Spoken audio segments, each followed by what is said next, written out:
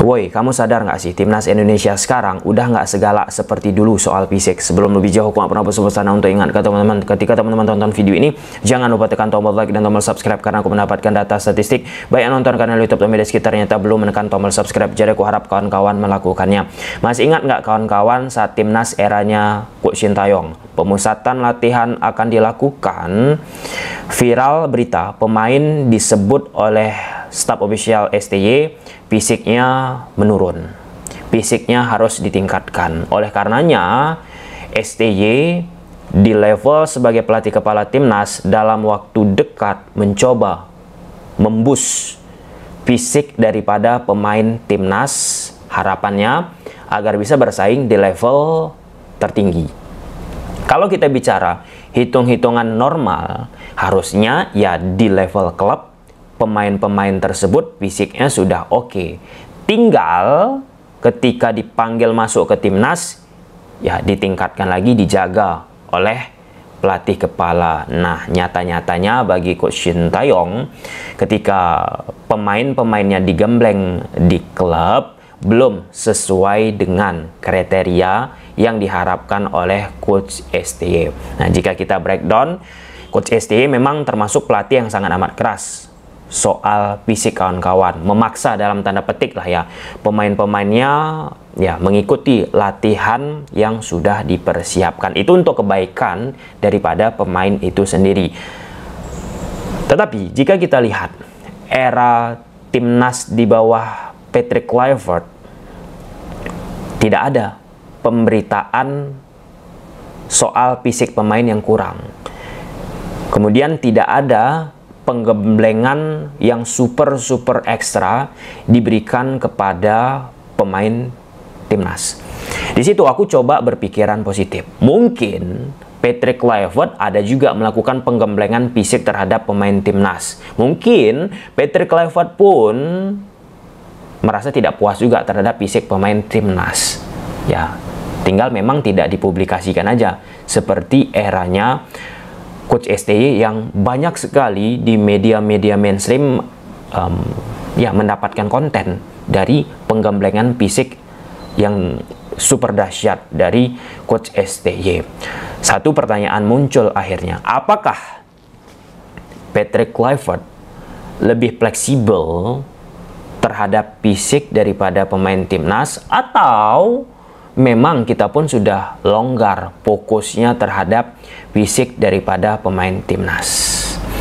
Saat timnas Indonesia menghadapi Jepang, di situ salah satu pertandingan yang nyata perbedaan intensitas dari pemain Indonesia, khususnya kalau kita bicara kekuatan kita 1 lawan 1 duel menghadapi pemain Jepang. Kita sudah membedah taktikal timnas Indonesia versus Jepang, Tom Hai dan Joey Pelopesi. Mereka kesulitan banget itu untuk mengantisipasi pemain tengah Jepang. Endo memang super quality ya, permainan positioningnya luar biasa. Nah, Endo ditemani oleh Sano, mereka bisa mengobrak-ngabrik. Pun Yance Sayuri termasuk Yakob kawan-kawan, yang dimana mereka salah beberapa pemain yang mempunyai fisik yang oke, diobok-obok juga, diseret-seret oleh pemain Jepang. Nah, saat menghadapi Cina di pertandingan sebelum melawan Jepang pun ya sedikit banyaknya di menit 70 agak kerasa juga nih fisik mengalami yang namanya penurunan. Oleh karenanya pergantian dilakukan oleh Coach Sintayong, Patrick Kluivert, untuk menyegarkan lagi. Nah, jadi kita dudukkan dulu ya, masalah fisik ini kan masalah yang sangat amat serius kalau kita bicara level sepak bola sekarang. Apakah? Nah, ini yang penting. Banyak sekarang yang menyalah-nyalahkan juga, sebagian lah ya, menyalah-nyalahkan ini Kluivert nggak betul jadi pelatih, bla bla bla. Apakah Kluivert salah jika dia pelatih nggak terlalu fokus, nggak terlalu serius dengan yang namanya fisik? Dalam konteks setiap pelatih, sekali lagi, pasti punya pemikiran pandangan sendiri. Bagaimana saya ingin melatih? Apakah fokus terhadap fisik atau tidak? Termasuk kalau kita bicara di top elite Eropa kawan-kawan, ada dua metode latihan. Pertama, tactical periodisasi, yang dimana di situ sudah termasuk semuanya. Masalah tactical dilatih, set piece dilatih, bla bla bla bla, defending, transisi, dan dikombinasikan dengan latihan fisik.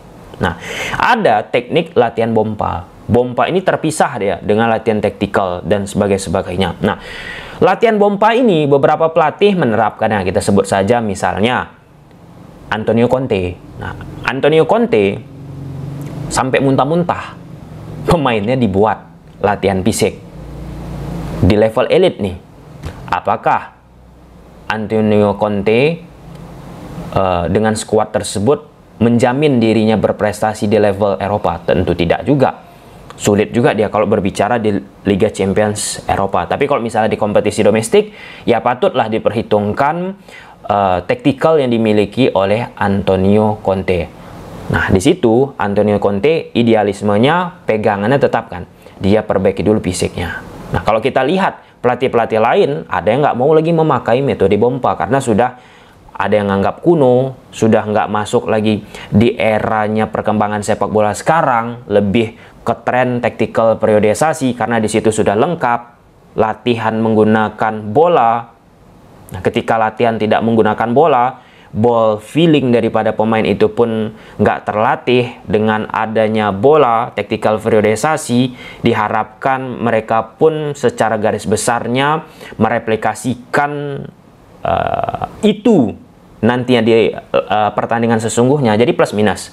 Nah, kalau kawan-kawan pelatih elit Eropa, ya aku pun nggak akan mempermasalahkan jika kawan-kawan masih menggunakan teknik bompa. Nah, disitulah sebagai pelatih kepala, kita pun harus melihat secara holistik bagaimana kondisi pemain kita. Nah, untuk timnas Indonesia, ya suka tidak suka pemain diaspora kita, beberapa pemain nggak mendapatkan menit bermain yang banyak. Otomatis intensitas yang mereka dapatkan pun tidak terjaga, tidak terukur. Ketika mereka tidak terbiasa mendapatkan menit bermain, lalu ujuk-ujuk diberi kesempatan menghadapi level lebih tinggi, mereka pun akan gugup atau mereka pun akan shock lah, kasarnya kayak gitu. Nah, di momen tersebut aku melihat Coach STY sadar mereka tidak banyak mendapatkan menit, beberapa pemain digembleng fisik. Seharusnya sekali lagi itu kan harusnya di level klub sudah diperbaiki. Tapi nyatanya untuk kita bicara dinamika sepak bola Indonesia, timnas Indonesia masih banyak hal-hal yang memang harus disoroti soal kembalinya pemain-pemain tersebut ke klub. Bukan 1, 2, 3 kali, 4 kali, 5 kali, 6 kali, 7 kali, 8 kali kawan-kawan. STY panggil pemain yang sudah balik ke klub, ke timnas, STY soroti fisiknya turun. Dan sekarang banyak orang sudah menyadari Patrick Kluivert sepertinya fisik nggak terlalu digalakkan kali. Nah, apa yang membedakan antara Patrick Kluivert sama STY ya? Menurut aku ya, game plan-nya, set play lebih kental banget nih, lebih banyak varian-varian yang bisa kita temukan di eranya Kluivert. Nah, tentu ke depan-kedepannya yang kita harapkan fisik daripada pemain timnas Indonesia ini pun bisa proper, agar ketika fisiknya proper bisa menjalankan set play, gameplay yang sudah dilatih oleh Patrick Kluivert. Nah, di level yang lebih tinggi kawan-kawan, apalagi di round keempat, di laga-laga penting. Nah, sedikit kita mengalami yang namanya kesalahan. Saat kita sudah menurun stamina, disitulah lawan akan mencoba mengutak-atik, memanfaatkan. Nah, jadi ya kan nggak mengenakan jika kita gagal dari fisik yang selama ini yang sudah digembleng oleh Coach Shin Tae-yong. Nah, di sepak bola kan penting kita menjaga yang namanya sustainability, keberlanjutan. Jangan ketika sudah ada yang baik di momen sebelumnya, hilang aja di momen-momen selanjutnya. Ya, aku berharap semoga ini semoga memang tidak ada aja pemberitaan dilakukan oleh pihak ofisial timnas ke media-media seperti yang dilakukan terhadap STY. bisa aja penggemblengan super luar biasa dilakukan Kluivert terhadap fisik timnas. Kita aja yang nggak tahu kawan-kawan. Tinggal seberapa nyata itu terrealisasi di atas lapangan, seberapa kuat pemain timnas kita pun menyaingi apa yang dilakukan oleh lawan. Ya, well done kawan-kawan. Soal fisik memang nggak bakalan habis-habis kita bahas. Namun sekali lagi untuk Kluivert, untuk Sintayong tidak ada yang salah bagi mereka. Itu tinggal bagaimana pandangan pelatih ya. Setiap pelatih pasti beda-beda. Contoh sederhana, ketika kita menghadapi negara yang secara individu lebih tinggi daripada kita, kualitasnya kawan-kawan, ada dua pendekatan yang bisa kita lakukan. Kita melakukan pressing tinggi atau kita melakukan zonal marking, lebih banyak menunggu. Apakah tim yang melakukan high pressing itu salah juga? Ya nggak salah juga, itulah konsekuensi yang diambil oleh pelatih. Atau apakah yang melakukan zonal marking lebih banyak menunggu, parkir bros, bla bla bla bla, whatever apapun lah itu, salah? Nggak salah juga.